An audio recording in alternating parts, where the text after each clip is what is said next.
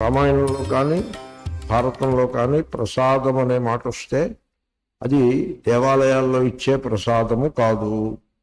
ముందు first point. ఎందుకని? అప్పటికి దేవాలయ వ్యవస్థ ఈ విధంగా లేదు. మరి అప్పుడు యజ్ఞాలు యాగాలు చేసేవారు కదా, అక్కడ ప్రసాదం ఉండొచ్చు కదా అని మీరు అనొచ్చు. యజ్ఞయాగాలలో ప్రసాదము ఉండదు, ప్రసాదం ఉండదు. యజమాన పంచమాహ ఋత్విజ ఇడాం భక్షయంతి అని ఒక నియమము గలదు యజ్ఞానికి సంబంధించి.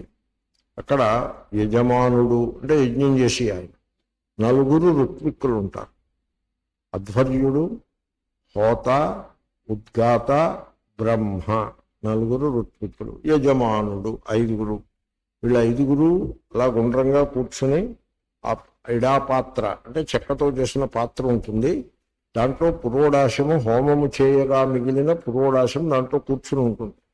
ఆ పురోడాశాన్ని తీసుకుని 5 భాగాలు చేసుకుని ఐదుగురు తమ చేతిలో వేసుకుని నోట్లో వేసుకుని మంచినీళ్ళు దాకా ఊరుకుంటారు అంతే. దానికి కూడా ప్రసాదం అనే పేరు లేదు. ఇడా అంటారు తప్ప ప్రసాదం అని అనరు. ఈ ప్రసాదం అనేది ఇప్పుడు ఏ విధంగా లోకంలో ప్రసిద్ధిలో ఉన్నదో ఇది సత్యనారాయణ వ్రత కథ పాపులర్ అయిన తర్వాత వచ్చింది అని నా గట్టి విశ్వాసం. అదిగో ప్రసాదం వచ్చేసిందని. ఆ ప్రసాదం కాదు ఇది. వేదాంతం చదువుకుంటున్న విద్యార్థులు కూడా భగవద్గీతలో ప్రసాదం వస్తుంది. ప్రసాదే సర్వ దుఃఖానాం హానిరస్యోపజాయతే. ప్రసాదే సతి, సతి సప్తమి. ప్రసాదం ఉన్నట్లయితే ఈ మనిషికి అస్య సకల దుఃఖములు తొలగిపోవును అని ఉంది.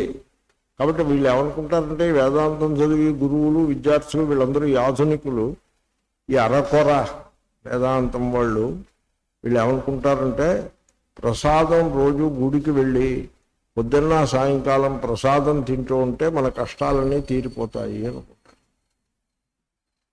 ప్రసాదం అంటే ఒక పిసరు కాదు, పాత్రలో వేస్తారు. ఇంచుమించు బ్రేక్ఫాస్ట్ సగం అయిపోతుంది అక్కడే.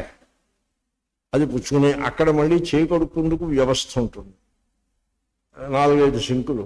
ఇదంతా దేవుడి ప్రసాదం. పక్కన మంచినీళ్ళు ఉంటాయి, ఏం కాఫీ కూడా పెట్టారు కాదు. ఇంత అరేంజ్మెంట్ ఎందుకు వచ్చింది?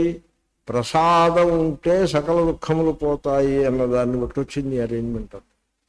వీళ్ళ జ్ఞానాన్ని చూస్తే నవ్వాలో ఏడవాలో అర్థం కాదు. అది కాదండి ప్రసాదం అంటే.